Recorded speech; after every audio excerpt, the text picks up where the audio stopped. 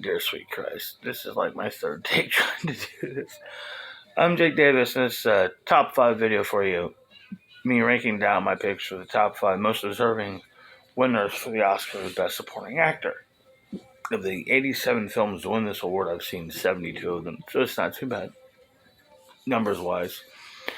So get right into it. My number 5 pick, this is, again, just my personal opinion, so, Number 5, Gene Hackman in Unforgiven as the brutal sheriff of Big Whiskey, Little Bill Daggett. Just an early, powerful film villain performance, and as that had a massive effect on me. It's like I thought he was just so great in that movie when I first saw it. Always held with me. Number 4, George Kennedy as Dragline in Cool Hand Luke. And I talked before on my channel, the whole video about the movie, that how it's just, this man's just a force of nature in this film. Just, say action, let him go. It's a unforgettable powerhouse, just hurricane of a performance. Number 3, by the way, he's a guy on a chain gang.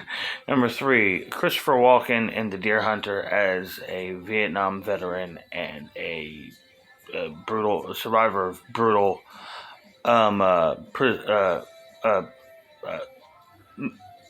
prisoner of war torture, like Russian roulette and shit they made him do.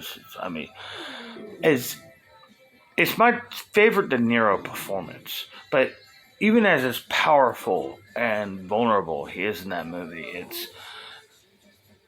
the heart of The Deer Hunter is Christopher Walken's performance as Nicky. Just truly tragic and completely deserving of the Oscar. Number 2, there's no question who my top 2 are going to be when I even started researching this. Number 2 is Walter Houston as Howard in The Treasure of Sierra Madre. He's a gold hunter, and him and 2 other down-there-luck Americans in Mexico come across gold and bandits and other, and madness and scary big-ass lizards.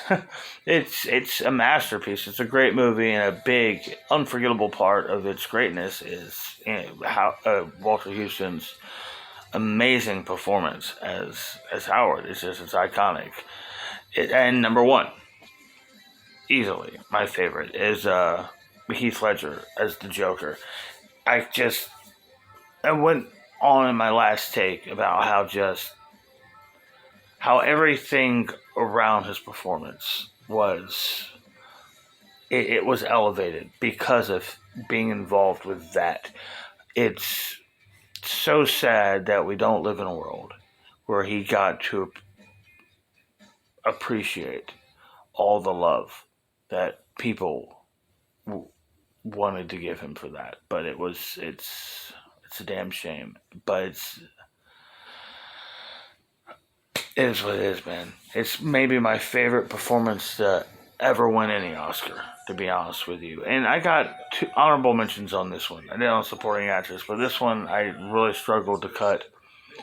Tim Robbins for Mystic River as a survivor of being abducted and raped as a child, who is now a traumatized but respected family man who becomes the prime suspect in a murder case. It was more painful to cut Joe Pesci, because it really came down to what actor do I like more, Gene Hackman or Joe Pesci. But Joe Pesci's performance in Goodfellas is truly iconic. I like Lost Sleep over this one. And I got a couple of why weren't they nominated? Ned Beatty in Deliverance, just a man whose entire weekend is just rudely interrupted by the locals. John Huston in Chinatown, one of the most horrific villains in movie history. Robert Shaw in Jaws, truly iconic. And when I'm saying this, you probably I thought he was nominated, but no, he wasn't.